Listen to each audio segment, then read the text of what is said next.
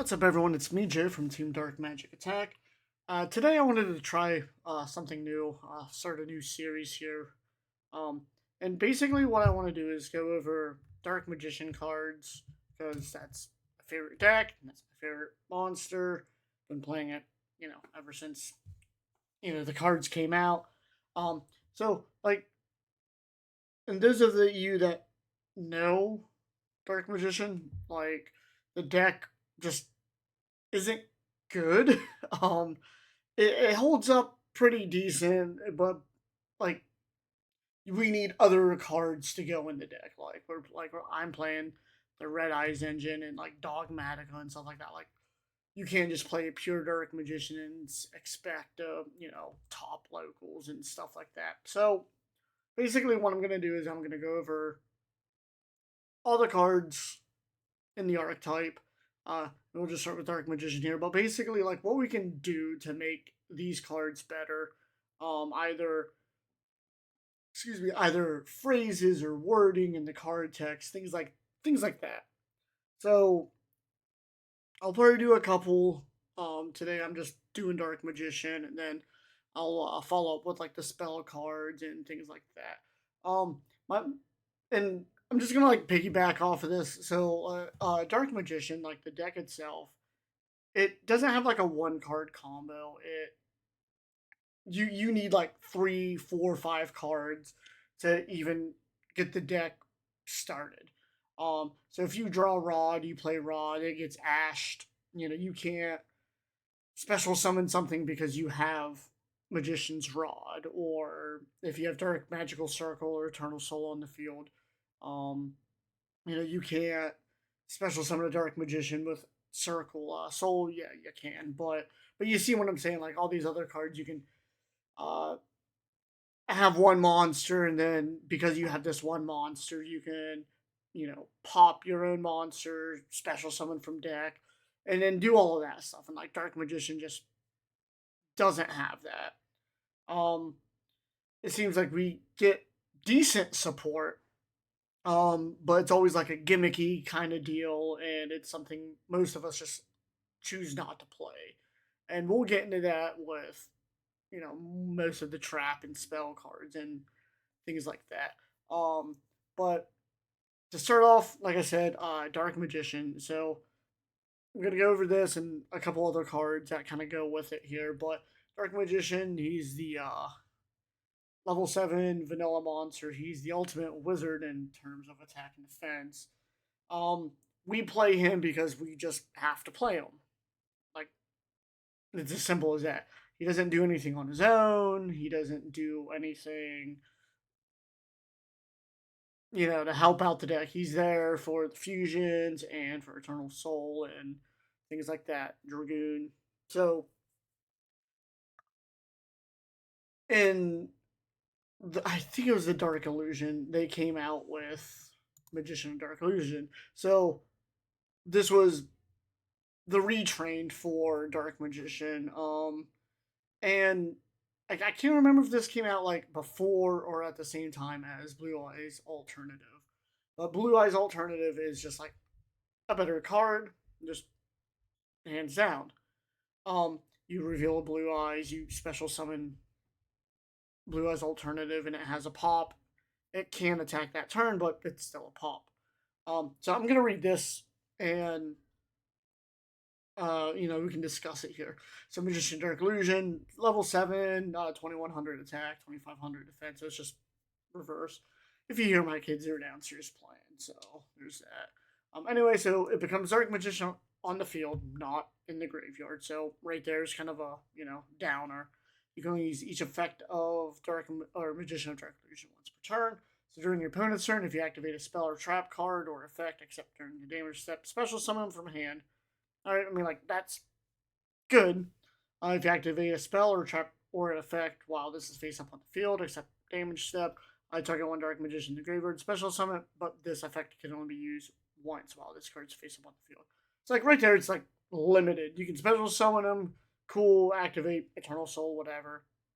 Special summon Dark Magician, but that's it. Like, it's not, you can't keep using that effect, on your your opponent's turn or your turn if you activate something. Like you can't just bring a spell card. Like something like that would make it better. Oh, once per turn, if an effect's activated, you could negate the effect, and if you do, either a special summon Dark Magician or if it could search something, search Eternal Soul or Circle, because I think this came out right when Circle and Eternal Soul were out. It's been a while. Yeah. Dark Illusion. Um, right, yeah, 2016. And I just want to see what other cards were in this set. Uh, Robe Rod. Doo-doo-doo-doo-doo. I think yeah, Dark Magical Circle, Illusion Magic expanded. I don't know if Magician's Nav. Yeah, I don't think Eternal Soul came out in this, but and I think it came in like one of the tins, or maybe it was the Legendary collections. Yeah. Okay, so that's that. So it came out 2016. So like at this, it's like okay, I get it. It came out way earlier than most of these other cards and stuff, but like still, it just sucks. I don't think I don't think I've really ever played this. Maybe when it came out, I played like one, um, and that was mainly just because like it was a free special summon, and then you could use it for like Xyz and stuff like that. But for what was it, Ebon Illusion, Ebon High Magician, um, but things like that. Yeah. So you got him, and then like coming out soon, like next week in Legacy of Destruction, you have Dark Magician, the Ebon Sorcerer. Um, so he becomes Dark Magician on the field or monster zone. It says use one of the effects of him once per turn. If Shining Sarcophagus, which is the whole archetype with this is like little Yugi stuff. So once again, we won't get into that just yet. But you can special summon them from the hand, and if it's destroyed by card effect and a level 5 or higher monsters on the field, special summon it, and then you can set one spell or trap that mentions Dark Magician. So now this isn't like direct support for Dark Magician. The Shining Sarcophagus is just basically with the final battle with Yugi and Atem. They had the whole archetype. So you have like the gadgets, you have Silent Swordsman, Silent Magician, things like that. So, but still, it has it where you can special summon it if you control Shining Sarcophagus. So something like that would be nice with like Dark Magical Circle. Oh, you can special summon it from hand or something like that. I mean, I know we have Eternal Soul, but and then if this is destroyed, you can special summon it again. If you have a level 5 or higher monster on the field, so like Timaeus and things like that. So and then you can set one that mentions Dark Magician, which is nuts. So like this is a step in the right direction. But like I said, it's not direct support. But I still wanted to go over it because it's pretty decent. If it was Dark Magician in the graveyard, it would be super good. And then if we wanted it as direct Dark Magician support, we could change that to something else. If you control a Dark Spellcaster monster or a spell or trap that mentions Dark Magician, you can special summon this from your hand, something like that. And then like this is fine. But I want to go over this Dark Magician card I found in this group. Sorry, Seth. Um, but I want to go over this here in the group.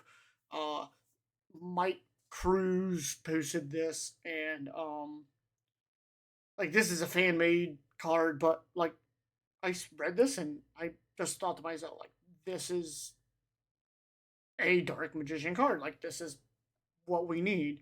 So Dark Magician to Sacred Guardian, same stats, same level. So this is always treated as Dark Magician. The only thing I would change about that is just Dark Magician on the field and graveyard. Otherwise, you run into the whole how many copies you can run because of Harpy Lady and stuff like that. So technically, you couldn't run two of these guys into normal Dark Magicians because he's always Dark Magician. But no big deal. This is normal or special summon set one Dark Magical Circle directly from deck or graveyard. So like this is good because it just sets it. It doesn't add the hand. It just plays it. So that's great. I think instead of set, activate one or something like that. If this is card is a short battle card effect, you can set one Eternal Soul directly from deck or graveyard, which is nuts. So it's hey, when it's blown up, you can basically get the card you need to recycle him, like to bring him back. When a card or effect is activated, destroy a card or cards on the field, quick effect, tribute him, negate it, and then if you do, destroy the card. So like right there is like the one like this would be amazing. You summon him, you get your circle. He gets blown up or he gets destroyed, whatever. You can bring Eternal Soul, and then Eternal Soul you special him from graveyard. And then even the better thing is that when he's summoned or when he's destroyed, you can get either one of these cards from the graveyard as well. So like if it was popped earlier, you can just reset it. So that saves your Soul Servant target. So like you don't have to waste Soul Servant to. Man, they are going nuts. Um, you don't have to set your Soul Servant and then use that to get Eternal Soul. You can just use this, and then the cool thing is it has that protection. So, and that's the big thing with Eternal Soul. It's like a glass cannon. It's cool. You special summon, you can search Thousand Knives and Dark Magic attack. But when it gets destroyed, it blows up the board. So it'd be nice if they're like, oh, Harpy's Feather Dust or Lightning Storm or whatever, and you could just be like, no, tribute him, negate it, and destroy it, and then you can just use that Eternal Soul and just bring them back, and then you can set, circle or whatever you need. So I think like just alone, like this card is amazing, and like I don't want to say it like this, but like it's sad. Like we, like fans and people who play the card game can make better cards than what Konami wants to make. Like they can make good cards. I mean, you've seen Snake Eyes, and I think what is it, the Tenpai dragons or whatever that's coming out. Like apparently those are good. I've been playing the Shining Sarcophagus archetype here, and like it's crazy. You play one card, it searches, any card you need, and like you can get your whole board set up. So yeah, like I said, we'll see how this series goes, and if it's something I'm gonna, I'll try to continue it as best as I can.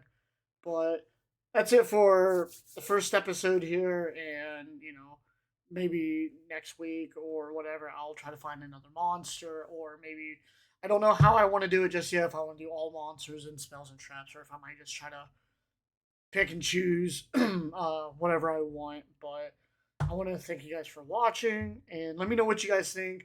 If you guys have like any fan made cards that you want to send me or whatever that could potentially fix DM, that would be awesome, and I would appreciate it. But until then, peace. Thanks for watching.